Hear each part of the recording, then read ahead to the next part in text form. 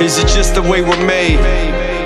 Or could it be the way we're raised? Let it rain, Noah's Ark. Hey, what's up? It's Classified, and you're checking out Revolution Radio. Noah's Ark, right there. That is Classified off his brand new album, Greatful, which is out right now. We've got Class on the phone. How's it going? What's happening, man? Just chilling out, enjoying the vibes off the new album. How's it feel? It's out. It is in the world. Good to finally get it out. You know what I mean? Been working on this thing for like a year and a half, so yeah, just to finally get it out there and just hear people, hear that people are feeling it. It's a good feeling. Word up, and about to embark on another epic tour. The tour schedule looks pretty intense for you. We're just reading off a few of the dates for people, and you're going to be all over the country. Yeah. No, we haven't done like a club tour in like 3 years, so it's good, man. I'm excited to get back out. I know the guys are hungry to get back out, and it's about a month long, so it'll be good. Awesome. Seems like it's going to be a good trek. Lots of good dates on there. And you've got the homie Sunreal coming along with you as well. And JD. Yeah. JD Air is going to be coming out for some of the dates. I don't know if he's doing them all yet, but he'll be on.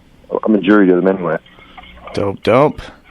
That's good. Yeah, should be good. We got you here in Guelph on February 11th, so definitely looking forward to that show. It should be a good one at the Guelph Concert Theater. Yeah, it's like the second or third show in the tour, so it'll be nice and fresh and lots of mess-ups. Always fun. Word up. Try to still figure out the set type thing, you know what I mean? Yeah, you find that it gets a little bit more polished as you get along the tour, and by the end of it, you got it pretty smooth. Oh, yeah, like we've been practicing for the tour. Like, you sit here and put it together, and you kind of pitch in your head how things are going to go. But once you actually do a show and just kind of see, like, okay, they're reacting to this, or, this song doesn't really go over, whatever, you end up starting switching stuff and, try to keep the stuff that works. Mm-hmm. For sure. Well, it's definitely good to see that, you're getting out there and doing these big dates with the big venues now with this new album. Got a lot of great songs on it, great features. Got Snoop Dogg on it, Socrates on that last track there, and, lots of good vibes. So that's dope. But definitely, seeing your success, watching it grow from, some of your first albums that came out, boycotting the industry and, while you were sleeping, all those, early projects and stuff, trial and error, to now getting to this point of doing Greatful. Like, what's that been like, especially in the perspective of, grinding and doing those first small tours across Canada where you're in, small little bars here and there, and to now doing these big concert theaters. What's that like to see the growth and the progress? Cool, man. But like, you know what I mean? Even like when we first came out and did like, we jumped on a Greyhound bus, went across the country and did, like 25 people a night type thing. Even that kind of felt like something. Like even when we were doing it, it was like, okay, shit, we're in Saskatoon and there's 25 people here checking out my music that actually know some songs. I've never been out here, so even when it started small, grinding out, it still kind of felt like we're making ground. You know what I mean? Next time we came out, there was like 200 people. Next time it was like 800, and kind of just kept growing. So. It's such a slow growth process, but it feels good, man, just to know where it kind of started at and to know where it's at now. It's definitely, feels rewarding. Mm-hmm. It's very cool to see. I remember an article that just got posted recently. I think it was by like Ox TV or something like that, interviewing a few rappers, I think in Canada particularly. I remember Decisive did a little interview thing for it, and they were talking about artists' worst experiences ever at shows. Basically, like, the time that you showed up hoping to get maybe $100 and you showed up in this like half restaurant, half bar type thing with 10 people, and questioning, is this all really worth it? Do you have any story like that to share of those early days when you were out there grinding on the road, a particular, venue or show that you guys did that you just, kind of like a horror story? Man, I spent 3 weeks me and Jay Brew and Special K went to Ohio. Like, how long? This must have been like 10 years ago. And we basically lived there for like 3 weeks, and we were touring around like Cincinnati, Ohio, like just different small towns around there. And like it was like a small label we were messing with. They brought us down. They're like, yeah, come down. We got, tour set up for the States or whatever. It was like 6-7 shows. We went down, and it was the most backwards like the whole tour. Like we were down there for 3 weeks, did like 6 shows. So we were just sitting around waiting. And like when we were doing these shows, it was like going into the most like backwards town legion like in the world. Like you think this is like way down south type thing, which, you know, it's like all the local drunks are there sitting there, you're doing sound check, and it's like, you know, it's exactly what Decisive probably described when he was like saying, you know, a little town legion where, you know, it's the same 6 people there every day, and then we come in there and try to do a rap show, and, you know, nobody's there. You know, when you fly out to the States and you spend that much time and it's like that, it's kind of, yeah, it definitely hits you like, what the hell are we doing? Yeah, a little disheartening at first, but how much what would you say were some of the things that you were able to do, you know, in your mind and to take those kind of incidences and not get discouraged and be like, you know what, you know, at least we're growing, at least we're getting out, we're doing shows, we're practicing, no matter what, you know, the time and effort that we're putting in is going to pay off in the end. What was the kind of things that you told yourself to kind of keep yourself going to this point? Well, just like even things you just said, but even bigger than that, like even 10 years ago, like me brewing Special down in Cincinnati for 3 weeks, like I'm describing these horror stories at the same time. It was a great time.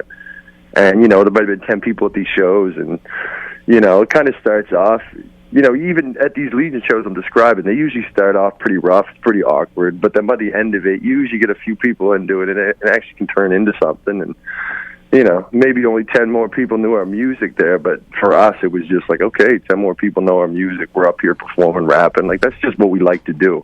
If we weren't doing it in front of the 10 people, we would have been sitting there ciphering with ourselves anyway. Mm-hmm. So it was still fun for us. It was still like, okay, we're growing, we're learning. And, you know, when you play in front of 10 people, you learn how to talk to a crowd and how to, you know, control a crowd where it's like, you know, if you come out and there's 1,000 people that just love your music all the time and that's all you're used to, it's hard to go backwards the other way, you know what I mean? Mm-hmm. Yeah, no, it's almost easier in the position that you are now, having people that already know your music and recognize that you come out. There's people putting their hands up, they're smiling, they're screaming, whereas before you had to really, really work to get that. You had to work for it, yeah, totally. And it was, you know, at the same time, sometimes it was more exciting because you'd be like, okay, no one knows any of my music. I'm going to do this song, this song, this song. Now it's like, okay, I know I'm going to do this song. I know I'm going to do this song because this song gets a great reaction. Don't get me wrong. It's great when people know your songs, but back then it was a lot more on the fly, kind of switch it every night, do different songs and stuff. So it was just a different experience. Mm-hmm, for sure. And it's nice now that you have, you know, this large fan base that's coming out and supporting the shows, especially here in Canada where you're from.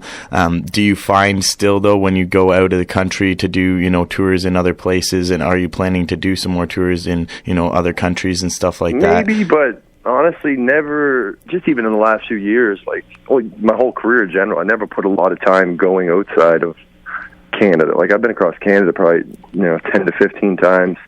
Been to Australia once. I've been to the States 2 or 3 times to do, like, small tours here and there, but never really put a lot of time. The UK, we went a few times. Might end up going back there, but honestly, man, I'm kind of just at a point now where it's so comfortable to be able to just do what I want, like to go put my album out, tour Canada, be comfortable, have the bus, have the crew, have the full band, do it the way we want to do, come home, do some producing, sit in the studio and kind of just, you know, I mean, plan it out that way. I'm almost a little bit too comfortable just touring Canada and being able to support myself here. That it's like, I think, you know, I'm 38 now. I'm not trying to go grind it out in a van with the guys for like 5 months.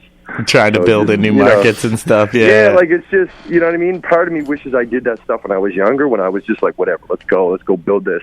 But I spent so much time focused on Canada. Maybe it hurt me, maybe it didn't. But at this point in life and my career, it's just like, I'm good just staying in Canada. And, you know, some stuff. We'll probably go down to Colorado, like some more of the northern states. But Colorado, staying around here. Yeah. Oh, yeah. We know why. Yeah. We know why. For sure. No, that's dope though. But you know, all artists got to start somewhere, and you've built yourself up. And here in Canada, you're definitely an established name. I just know, you know, talking to people over in Europe and in the States and stuff, you've got a lot of fans in other parts there, and they're definitely. And I get a lot of people hit me up, yeah. And it definitely makes me hungry to get out there and just test the waters, like see, like, man, do people really know it out there? So, like I said, hopefully the UK will get there by the end of the year, and then once Canada kind of slows down the touring here, then we'll probably go to hit another couple of spots and just see what happens. Right up. Well, I definitely wish you the best and success in that, and, you know, definitely getting out to some more markets, because I hear it all the time from people, like, when is Class going to be coming out here? When is he coming out here? Because, you know, they're excited about it. You got that music. Just building that anticipation. When I'm like 50, I'm going. Word up. Yeah, we'll see. Hopefully the next year we'll get out. Nice. What's that comfortability like now that you have this whole thing established? You've got your own tour bus, you've got your studio at home, you've got a full family now. Which congratulations on that. Thank you. Man. Nice. The daughters and stuff. How are your daughters doing? Oh, they're good, man. Good. You met them before? Yeah. So another chill, man. They're doing good. Really good. Cool. How's that like being, doing the family man thing and being comfortable having that home base spot and then having to leave that to go on, this looks like you're February 6th and not getting back to weeks, end of March. What's that like for you to have to leave your daughters behind and leave your family and go out on the road? It sucks, you know what I mean? Like, it definitely sucks, but, it comes with the territory. I've been home pretty much a year and a half straight, so... as much as it sucks, part of me is like, man, I'm excited to just get out and do some touring for a bit too. I know, like after a week of going hard with the guys, I'm like, all right, I need to go home again. But you know what I mean? It's just using that balance. We'll go for 5-6 weeks. I'll come home. I'll be home for a while. We'll go do like some spot dates, just like 1 or 2 dates here and there. All our summer will be like that, like a lot of festival, just on the weekend type stuff. And then, another tour probably September, October. But in between that, I'm home. If you average it out compared to a guy that goes to work 9 to 5, Monday to Friday, I'm still home way more than what I'd be in that. And I really enjoy what I'm doing, so kind of cool. Kind of cool. You got the best of both worlds. Yeah, it's kind of nice. Word up. Let's talk a little bit about this new album you've got out, Greatful. We've heard some of the sounds off it already. It sounds really good. What are your kind of thoughts on it as a whole? What are some of the tracks that really, rang true to you? And especially with some of these features, what was it like getting a chance to, first off, I got to say, congratulations for working with DJ Premier. That's my favorite producer and DJ of all time. Yeah, man, that's the 90s. That's what I grew up on. So, yeah, that was definitely a moment. Even just having him to call me up on the phone. Like, I hooked up with him through Royce 5'9's manager. Yeah. Oh, okay. I've known him for a few years. So I just reached out to him. I was like, yo, can you hook me up, Primo? I want to do some cuts. And out of the blue one day, Primo just called me up. Like, what's up, man? Got your number from Kino. Got the track. What you want to do? And it was just like, wow, okay, cool. And yeah, we just did it like that. That was pretty much it. So was it like an email thing, or did you go totally to? Email. Oh, okay. No, that was like, I had the track pretty much done. The beat was done. My verses were done, and I was going to get Ivy, my DJ, to do some cuts. Oh, okay. It was actually my brother that was like, man, you should reach out to like Primo. And we kind of laughed first, and I was like, man, why not? Let's see what we can do. I knew we had to hook up through Kino, so we reached out, and then there we go. That's nice. What's up. Shout-outs to the boy. Who said that? Who was telling you or gave you the idea?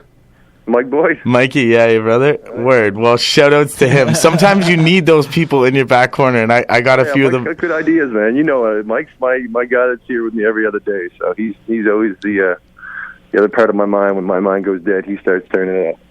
It's so good because you wouldn't even think about that normally. But I'll just get my regular DJ on it, and somebody will just come and be like, actually, try this, just see if it it could work. Take that chance.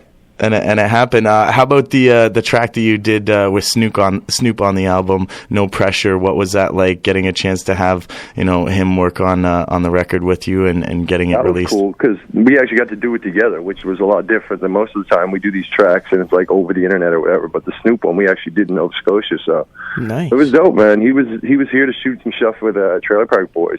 Oh, okay, and, yeah. Yeah, our management were talking, and they just said, hey, bring a studio up to this hotel. We set it up in the hotel, hung up for like 3 hours, and made the track. Word. Yeah. Hotel sessions. Yeah, like not even hotel, motel, grind. Motel. Yeah. It was pretty crazy, but it was cool, man. Definitely cool. That's dope. When you can't bring the artist to the studio, bring the studio to the artist. Straight up, man. All you need is a laptop and a microphone. You're good to go now. Yeah, artists, take note. People that are listening, if you want to get a collab with some bigger artists, sometimes you just got to bring the studio to them. You just got to do it, yeah. Like he was calling. It was like a Wednesday, and his management called me and like, yeah, Snoop's coming to your host tonight to do the song. So I was like, okay, this is dope. Snoop's coming to the studio. Then they canceled, and then the next day they called. They're like, yo, can you bring it to us? So had to make it work. Yeah, you got to do what you got to do. It would have been nice to have him in the studio still, though. You definitely have a real nice spot there. I was hyped, man. Oh, yeah, it would have been killing. I actually saw some footage of your studio through Robbie when you guys did. Yeah. The record out there together. How was that session? What, me and Robbie? Yeah. It was good, man. He came down here for we down here for a day and a half. I think you guys were down here touring. You guys were heading back. Yeah, out there doing a show date in Halifax. Yeah. That was good, man. We had a good day. Track's almost done now, so Nice. Good to go. Boom, boom. I'm excited about it, definitely. Is it a Class feature or a Class production? Production. Production, okay. right, yeah. Man, I'm done rapping right now. I really make my album. I'm kind of like, I had a couple people hit me up today that was like, man, I want to get this feature. I'm like, man, I'm just not doing nothing right now. Just on my beat grind right now, on the production grind. Which is amazing, though. Still, you're doing some killer beats on this new album that you got. Like, is it fully self-produced by you, or how many of the tracks did you personally have a hand in? Oh yeah, it's all Enfield production. Yeah, it's all. I produced every track on my album for the last, I don't even know, 7-8 albums, probably. Whoa. What do you feel like, as far as producing goes, having that ability to do all of your own stuff versus going to, other camps or having, other producers that you look up to, having them produce a record for you? I don't know. I don't even look at it like that now. Like, I just don't look at it as, like, I rap. I look at it as, like, I just make songs. Like, it's just, rapping's one part of the beat, of the song process, I guess. You know what I mean? Like, sometimes I even feel more of a producer than a rapper. So sometimes I'd rather even produce my songs and have somebody else rap on it. Like, I'd rather more so make the beats, create the song, and just really get into, like, the sonics of it. Like, I really enjoy doing that stuff. So, I came up as a rapper. That's where my first thing was. But then it slowly turned into, like, okay, producing. I think that's even where my song creation came in, got a lot stronger, is when I started really focusing on, making songs and producing rather than just like, okay, let me loop up a beat and rap on it. Yeah, for sure. As for the production goes, like, did you take any schooling to learn these skills, or is it just kind of self-taught, learning through, working with different just programs? Learning through people, whoever bought the sampler from. Joe Run, who's like a dude that's been around Halifax for years, he taught me how to use my first sampler, and then it kind of went from there. But no, just all self-taught, even like keys and stuff. Like, I don't play keys, but I can get on a piano and kind of figure things out. Yeah, no, I seen you work on that one tune there. That was crazy. Just like live tossing in some more piano. Oh yeah, I think this sound here, and tossing that in and tossing. Yeah. Just Like, you see, play I don't know around. what the hell I'm doing, but I just keep going until I figure it out. Yeah. I think that's the case for a lot of producers, though, especially in hip hop. Nobody has huge musical backgrounds, but you don't necessarily need all of the knowledge of the notes and the keys. Like, it would definitely help sometimes. You know what I mean? Be able to do some things a lot quicker. But at the same time, I think it helps because I find when I work with a lot of musicians, there's rules to, like, music of, like, They're if you're in this technical. key, you got to go to this key. You can't. No, that key doesn't make sense. But it's like, for people like me that don't know, we just go by ear. Like, that feels great. I don't care what's going on under it. And, that's how you find those cool things where it's like you put something that's in a total different key over something else or a different chord, and all of a sudden, for some messed up reason, it just works. You know what I mean? If you try to keep it technical and you knew all the stuff, you wouldn't even waste your time trying it. Mm-hmm. Yeah, no, I feel that 100% too. When you get in there with people who actually know what they're doing as far as harmonies and keys and notes and everything like that, they can get kind of caught up in the whole mathematics of it a little bit, and then lose the feeling and the format, and just like it just, you know what I mean? It almost just feels like, oh, I heard it before, because, well, yeah, that's music. That's how that's supposed to go. That chord change is supposed to do so. A lot of times it helps. Don't get me wrong. Like, I work with some great musicians that do stuff that I'm like, man, I wish I could do that. But it's good to have someone that just doesn't know what the hell they're talking about. That could just, wants to hear something good. For sure. Going for it.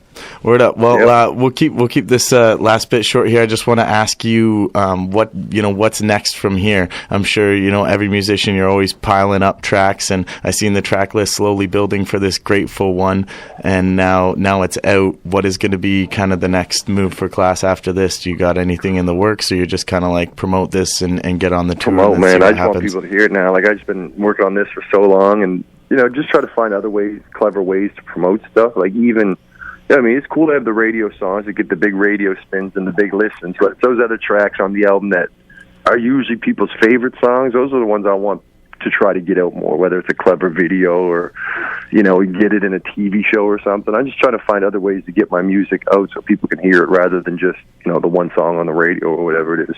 Mm-hmm. So focusing on that, doing the touring thing, and then production, man. Still producing a lot of people. I got this kid named Elijah that's like a singer, and I'm producing him right now. We got like 6 songs done. That's sounding pretty dope. So I'm excited to get that out. Word up. Dope. Well, looking forward to hearing those projects and anything else that you got coming. Definitely looking forward to catching you here in Guelph at the Concert Theater on the 11th. And, you know, good luck with everything. Hope the tour goes good. Very stoked for it. And, you know, the album. Yeah, man. Sounds good. Thanks for hooking up the radio interview. And, yeah, we'll talk soon, man. Sounds good, brother. Much respect.